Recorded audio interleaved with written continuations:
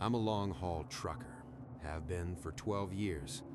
I've driven through every state in the lower 48, seen things most people only pass by on highways, learned which rest stops have the best coffee and which towns to avoid after dark. But I've never seen anything like Millbrook Falls. My name's Jack Riley. I'm 41 years old, divorced, no kids, and my truck is basically my home.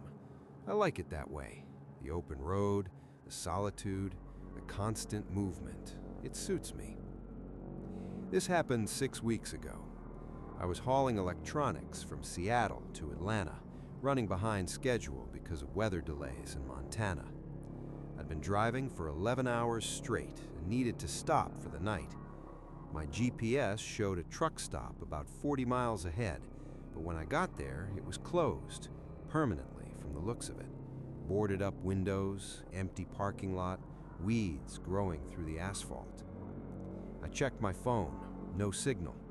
The GPS showed the next services were 200 miles east, and I was already pushing my legal driving hours. I needed to stop, soon. That's when I saw the sign, Millbrook Falls, 5 miles, food, lodging, fuel. I'd never heard of it, wasn't on any of my usual route maps, but I was desperate. I took the exit. The road into town was narrow, 2 lanes cutting through dense forest. No streetlights, no houses, just trees pressing in on both sides, their branches forming a canopy overhead that blocked out the stars. After 3 miles, I started to think I'd made a mistake. Maybe the sign was old, pointing to a town that didn't exist anymore. It happens. Places die, get abandoned, fade from maps and memory. But then the trees opened up, and there it was, Millbrook Falls. It looked like something from a postcard from the 1950s. Main Street lined with brick buildings, antique street lamps, a town square with a gazebo. Everything clean and well maintained. But something was off. It took me a moment to realize what. It was 2:30 in the morning, and every light in town was on. Every store was open. People were walking around like it was the middle of the afternoon. I found a parking spot for my truck near what looked like a diner. The neon sign said Millie's, open 24 hours. Through the windows, I could see it was packed. Families with kids, elderly couples, groups of teenagers, all of them eating, talking, laughing. At 2:30 in the morning. I climbed out of my cab, stretched my legs, and walked toward the diner. A woman was sweeping the sidewalk outside a bookstore next door. She looked up and smiled. "Evening," she said cheerfully. "New in town?" "Just passing through, looking for a place to rest for the night." "Motel's 2 blocks down. Harriet runs it. She'll have a room for you." "Thanks. Busy night you're having." She looked at me strangely. "Busy night?" "All the people, the stores being open." "Oh, well, yes. We like to keep active." She went back to sweeping. I walked into the diner. A bell chimed above the door. Conversation stopped. Everyone turned to look at me. Not hostile exactly, more like curious, evaluating. A waitress approached, her smile bright, but somehow not reaching her eyes. Her name tag said Betty. "Sit anywhere you like, hun. Coffee?" "Please, black." I slid into a booth by the window. Betty brought coffee in a thick ceramic mug, the kind you don't see anymore. It was perfect, hot, strong, exactly what I needed. "Menu?" she asked. "Just the coffee, thanks. I'm pretty tired. Planning to head to the motel soon." "You should eat something first. Long drive ahead tomorrow, I bet." "How did you know I'm a trucker?" She pointed out the window at my rig. "Not many 18-wheelers come through Millbrook Falls. You're the first in, it must be 6 months now." "Not much traffic?" "We're off the beaten path. Like it that way. Quiet, peaceful." She pulled out her order pad. "The meatloaf is good, so's the pot roast." I wasn't hungry, but something made me order anyway. Maybe just to be polite. Maybe because everyone in the diner was still watching me and I felt like I needed to do what was expected. food came fast, too fast. I'd barely settled in when Betty returned with a plate of meatloaf, mashed potatoes, and green beans. It looked homemade, smelled incredible. I ate. It was the best meatloaf I'd ever had. Around me, the conversations had resumed. I caught fragments. Normal, small-town stuff. Whose garden was doing well, someone's roof that needed repairs, gossip about the new teacher at the elementary school. But nobody mentioned the time. Nobody seemed to think it was strange that they were all here at 3 in the morning. I finished eating, paid, and headed for the motel. The streets were still busy. People walking dogs, kids riding bikes, an old man washing his car in his driveway. At 3 in the morning. The motel was called the Millbrook Inn. Small, maybe 10 rooms, with a main office that had a vacancy sign glowing in the window. I pushed through the door. A woman sat behind the desk reading a magazine. She looked up and smiled. "You must be Jack. Betty called ahead, said you'd be coming." How did she know my name? Small town, word travels fast. She slid a registration card across the desk. "Just need you to fill this out. Room 18 is ready for you." I filled out the card, paid cash for one night, and took the key. It was an actual metal key on a plastic keychain shaped like a pine tree, not the card keys most places use now. Room 18 was at the end of the building. Clean, basic. A bed, a TV, a small bathroom. Everything slightly dated but well maintained. I dropped my bag, kicked off my boots, and lay down on the bed. I was exhausted, should have fallen asleep immediately, but I couldn't. Something was wrong. I couldn't put my finger on what exactly, but every instinct I had was screaming that I needed to leave, get in my truck, drive away, put as many miles between me and Millbrook Falls as possible. I got up, went to the window, and looked out. The town was still bustling, people everywhere, stores open, lights blazing. I checked my phone, 4:17 a.m. I lay back down, closed my eyes, tried to force sleep. At some point, I must have dozed off because I woke up with sunlight streaming through the window. I checked my phone, 9:30 a.m. I'd slept maybe 5 hours, not enough, but better than nothing. I gathered my things, checked out, and headed for my truck. Main Street was just as busy as it had been in the middle of the night, maybe more so. The sidewalks were crowded, every parking space was full. People were going in and out of stores, carrying bags, pushing strollers, living their lives. I got in my truck and started the engine. Time to get back on the highway, back to reality. But when I drove toward the edge of town, toward the road I'd come in on, I couldn't find it. I drove in what I thought was the right direction, but the street just curved back to the center of town. I tried another route, same thing. Every road I took, no matter which direction I headed, eventually curved back to the center of town. After the 4th attempt, I pulled over, checked my GPS. No signal. The screen showed my location as a blank spot. No roads, no town, nothing. I tried my phone, still no signal. I got out and approached an older man watering flowers in front of a hardware store. "Excuse me, can you tell me how to get back to the highway?" He looked at me with confusion. "Highway? There's no highway near here. The one I came in on last night. I took exit 47, drove about 5 miles through the forest." "Son, I've lived here my whole life, 73 years. There's no highway within 100 miles of Millbrook Falls." "That's impossible. I drove here last night." He set down his watering can and studied me carefully. "You should talk to the mayor. She can explain things better than I can." "The mayor?" "Town hall, right across the square. He pointed to a large brick building with white columns. She's usually in by now. I walked to town hall, my heart pounding. Something was very wrong here. Very wrong. The interior was cool and quiet. A receptionist sat at a desk in the lobby. "I need to see the mayor," I said. "Do you have an appointment?"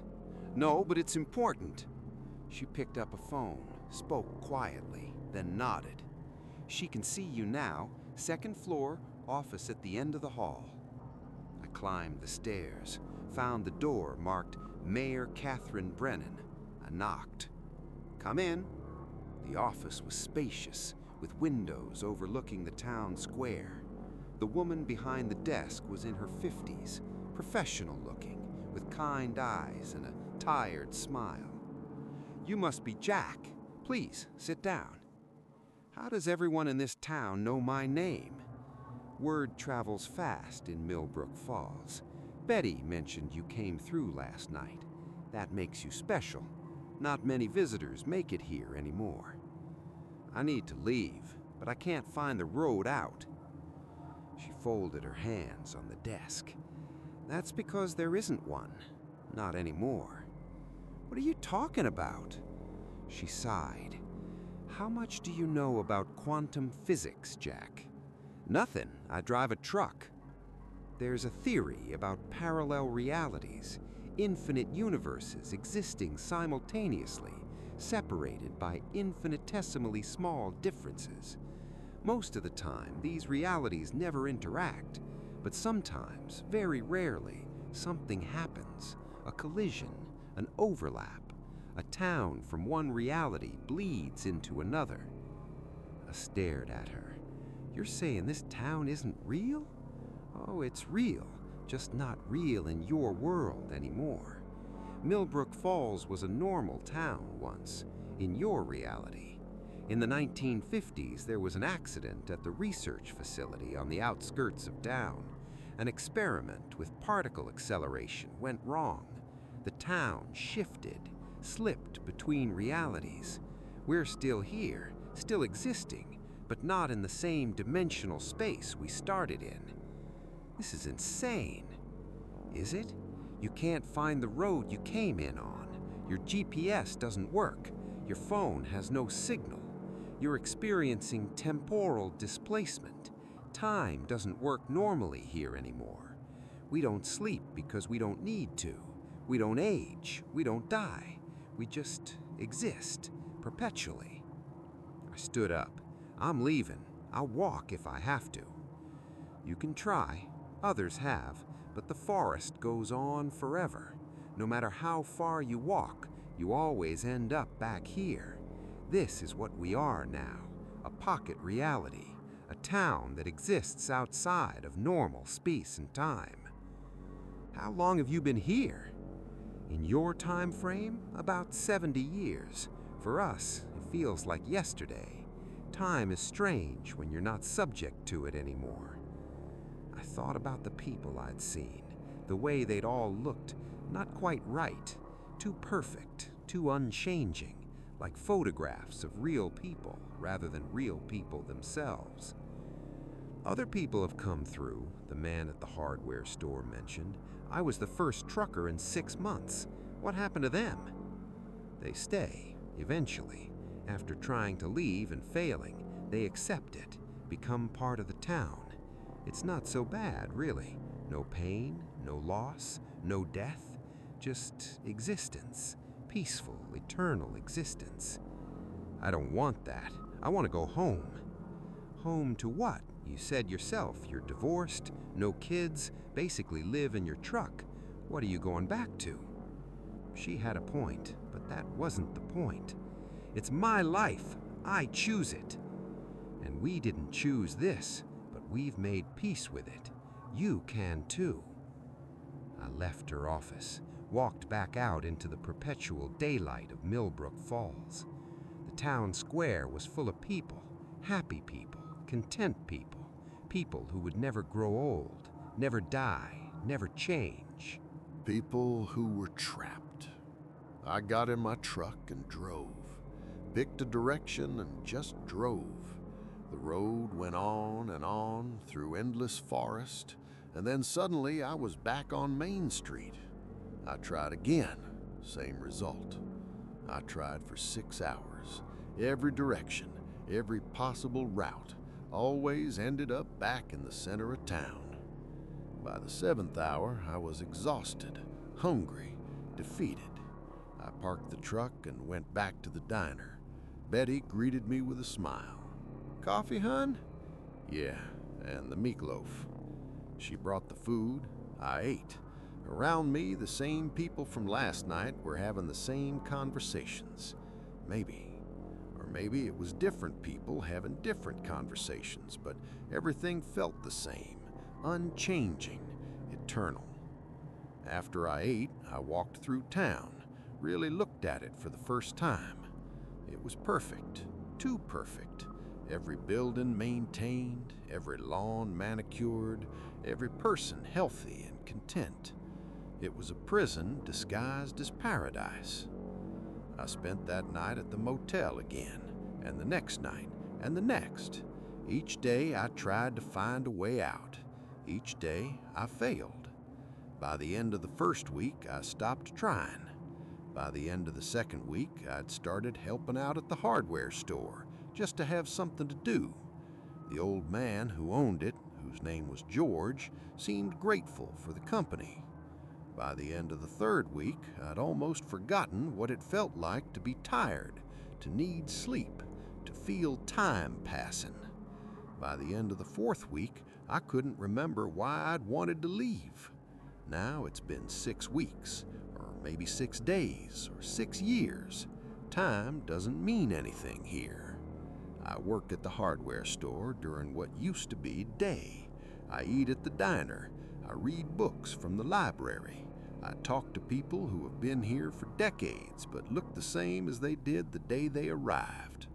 Sometimes I think about my old life, the highway, the solitude, the constant movement.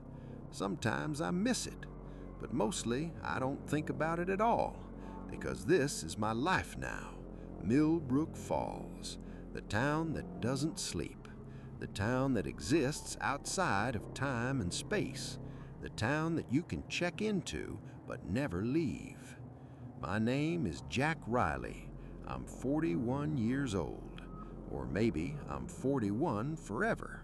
I live in Millbrook Falls now. I'll always live in Millbrook Falls, because once you're here, once the town accepts you, you become part of it, part of the eternal present, the perpetual now. And eventually, you stop wanting to leave.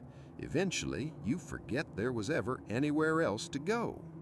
I'm writing this down because someone told me I should, that new arrivals sometimes write things down before they forget, before they become like the rest of us. There's a notebook in the motel office, room 18, in the nightstand drawer.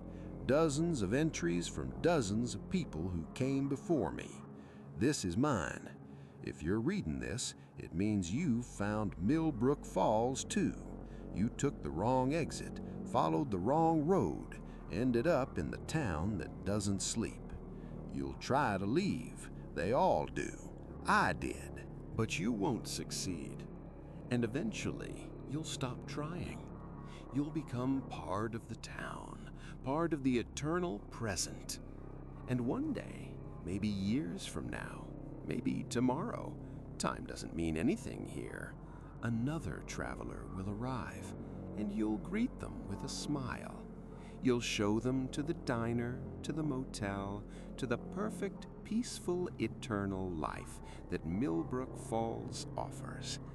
And they'll try to leave, and they'll fail, just like I did, just like everyone does. Welcome to Millbrook Falls. You're going to be here forever. But don't worry, eventually, forever doesn't feel that long at all.